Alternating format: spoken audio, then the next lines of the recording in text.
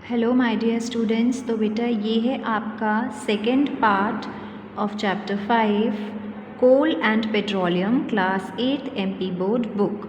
तो इसके previous video में हमने आपको एग्जॉस्टिबल और इनएग्जॉस्टिबल नेचुरल रिसोर्सेज के बारे में पढ़ाया था, हमने आपको एक्सप्लेन किया था। इसके बाद हमने आपको जो कंजम्पशन पैटर्न है, ठीक है, कि किस तरह हमारी आने वाली जनरेशन के लिए जो हमारे नेचुरल रिसोर्सेज हैं वो धीरे धीरे करके ख़त्म हो रहे हैं, वो मैंने आपको समझाया था। ठीक है, तो यहाँ पर हम इस लास्ट पैराग्राफ में थे। In this chapter we will learn about some exhaustible natural resources. तो इस चैप्टर में हम ऐसे ही नेचुरल रिसोर्सेज के बारे में पढ़ने वाले हैं जो एग्जॉस्टिबल है, मतलब जो आगे चल के कभी भी ख़त्म हो सकते हैं। ठीक है, जैसे कि कोयला है, पेट्रोल है, नेचुरल गैस है। क्यों ख़त्म हो सकते हैं बेटा? क्योंकि ये किससे बने हुए हैं? Dead remains of living organisms. Dead remains, जो मरे हुए जानवर हैं या पेड़ पौधे हैं, उनसे बनते हैं ये, और इन्हें बनने में सालों साल लगते हैं। 1 या 2 या 100 या 500 हज़ार लाख साल नहीं बेटा, मिलियन बिलियन ऑफ ईयर्स लगते हैं इन्हें बनने में। ठीक है, और इन चीज़ों को हम कहते हैं फॉसिल फ्यूल्स। ठीक है, जीवाश्म फॉसिल्स कहते हैं। और जब इनसे ये इस तरह के फ्यूल बनाए जाएं, ईंधन बनाया जाए, तो इन्हें हम बोलेंगे फॉसिल फ्यूल्स। अंडरस्टूड? ओके, तो बच्चों यहाँ हम सबसे पहले पढ़ेंगे कोल के बारे में। ठीक है, कोल मतलब कोयला। So you may have seen coal और heard about it. It is as hard as a stone and is black in colour. तो ये देखिए बेटा, कोयला ब्लैक कलर का होता है। अब कोयला भी मार्केट में 2 तरह का आता है, एक जो ओरिजिनल होता है और एक जो लकड़ी का कोयला बनता है। ठीक है, रेडिली अवेलेबल होता है लकड़ी का कोयला, लेकिन जो आप ओरिजिनल देखेंगे ये पत्थर की तरह कड़क होता है। Okay, so coal is one of the fuels use to cook food. तो कोयला पहले लोग, अभी भी कई लोग कोयला इस्तेमाल करते हैं खाना बनाने के लिए। ठीक है, पहले तो इसे रेलवे इंजन्स में इसे इस्तेमाल किया जाता था, इसे जलाया जाता था और इससे स्टीम प्रोड्यूस होती थी। ठीक है, भाप बनती थी, पानी की भाप, और इसी भाप से जो है इंजन रन करता था, जिसे हम स्टीम इंजन बोलते हैं। ठीक है, सबसे पहले तो ट्रेन इसी तरह से चलती थी। Then it is also used in thermal power plants में भी इसे इस्तेमाल किया जाता है इलेक्ट्रिसिटी बनाने के लिए। Okay, coal is also used as a fuel in various industries. कोयले को ईंधन के तौर पे, फ्यूल के तौर पे कई सारी दूसरी इंडस्ट्रीज़ में भी इस्तेमाल किया जाता है, मशीन्स को रन करने के लिए, इंडस्ट्रीज़ को रन करने के लिए। ओके, तो चलिए आगे देखते हैं हम स्टोरी ऑफ कोल, किस तरह से कोल की फॉर्मेशन हुई, कोयले की फॉर्मेशंस हुई। So about 300 million years ago earth had dense forest in low lying wetland areas.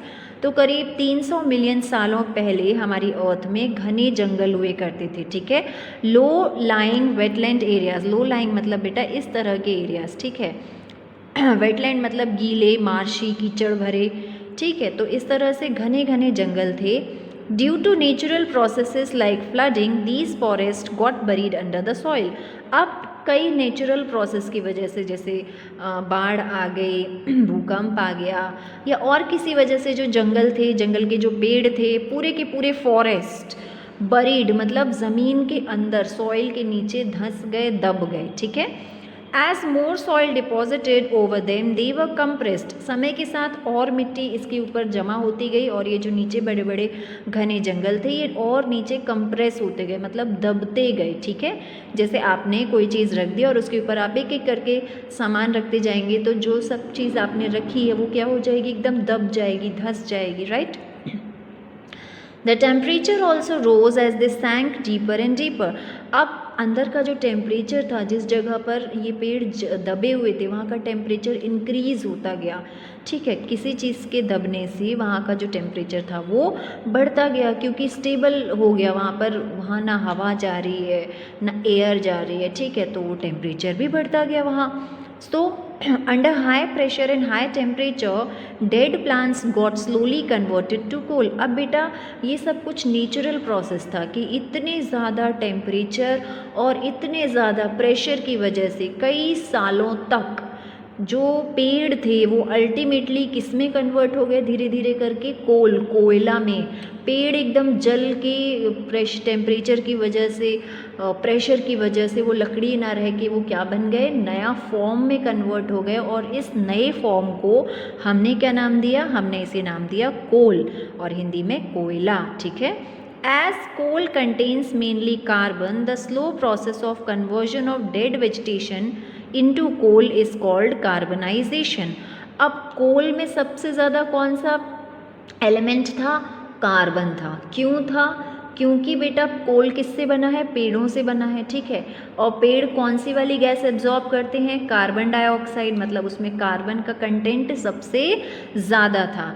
तो इसीलिए ये जो स्लो प्रोसेस था जिसमें डेड वेजिटेशन जो थी कोल में कन्वर्ट हुई, इस प्रोसेस को हमने क्या नाम दिया, कार्बनाइजेशन। हिंदी में से हम बोलेंगे कार्बनीकरण, कार्बन में कन्वर्ट हो जाना, कार्बनाइजेशन हो जाना। ठीक है। Since it was formed from the remain of vegetation, coal is also called a fossil fuel.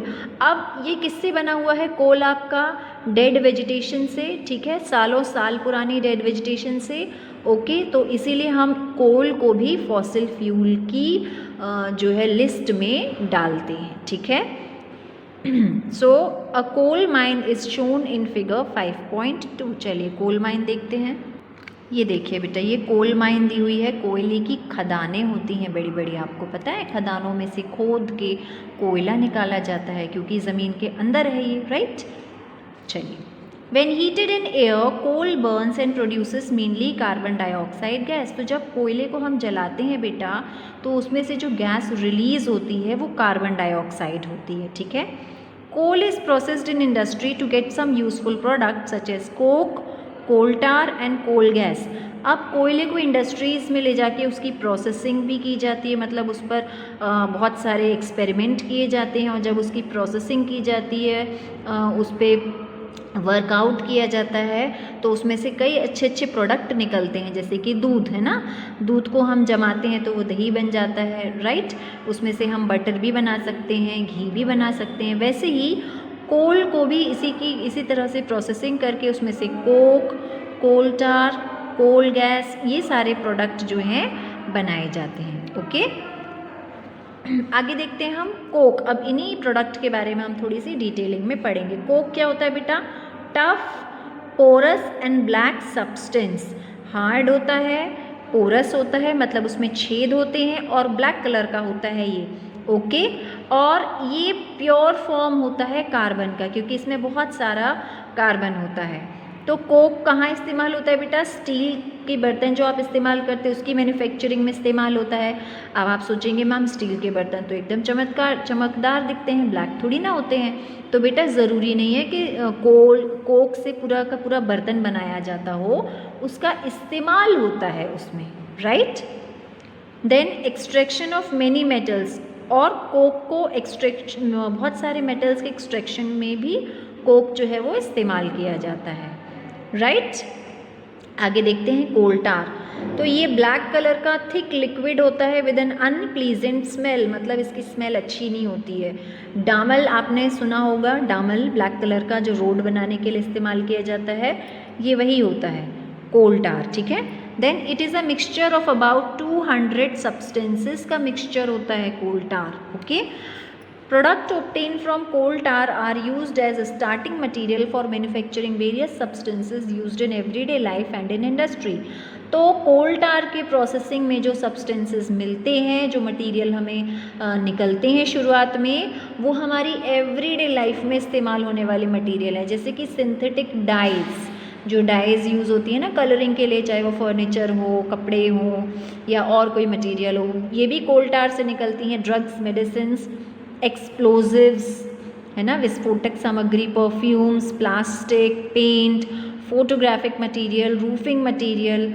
सोचिए बेटा इतनी सारी चीज़ें इस कोल टार की प्रोसेसिंग से निकलती हैं। Okay, then interestingly naphthalene balls, naphthalene balls आपने देखी है, वाइट कलर की होती हैं, जिसे हिंदी में फोनीन की कुल्ली कहा जाता है, वो भी इसी से बनती हैं, और ये मोथ, इंसेक्ट वगैरह को दूर भगाने के लिए इस्तेमाल होती हैं, राइट, नेफ्थलीन बॉल्स। तो ये सारी चीज़ें कोल टार से बनती हैं। ठीक है। अब एक और चीज़ हम देखेंगे बेटा, these days bitumen petroleum product is used in place of coal tar for metalling the roads. But अब कोल टार की जगह बिटुमेन का इस्तेमाल होने लगा है रोड की जो है मेटलिंग करने के लिए, क्योंकि अब तो डामर की रोड इतनी ज़्यादा नहीं दिखती हैं, हर जगह आपको सीमेंट की रोड ही देखने को मिलती हैं, राइट।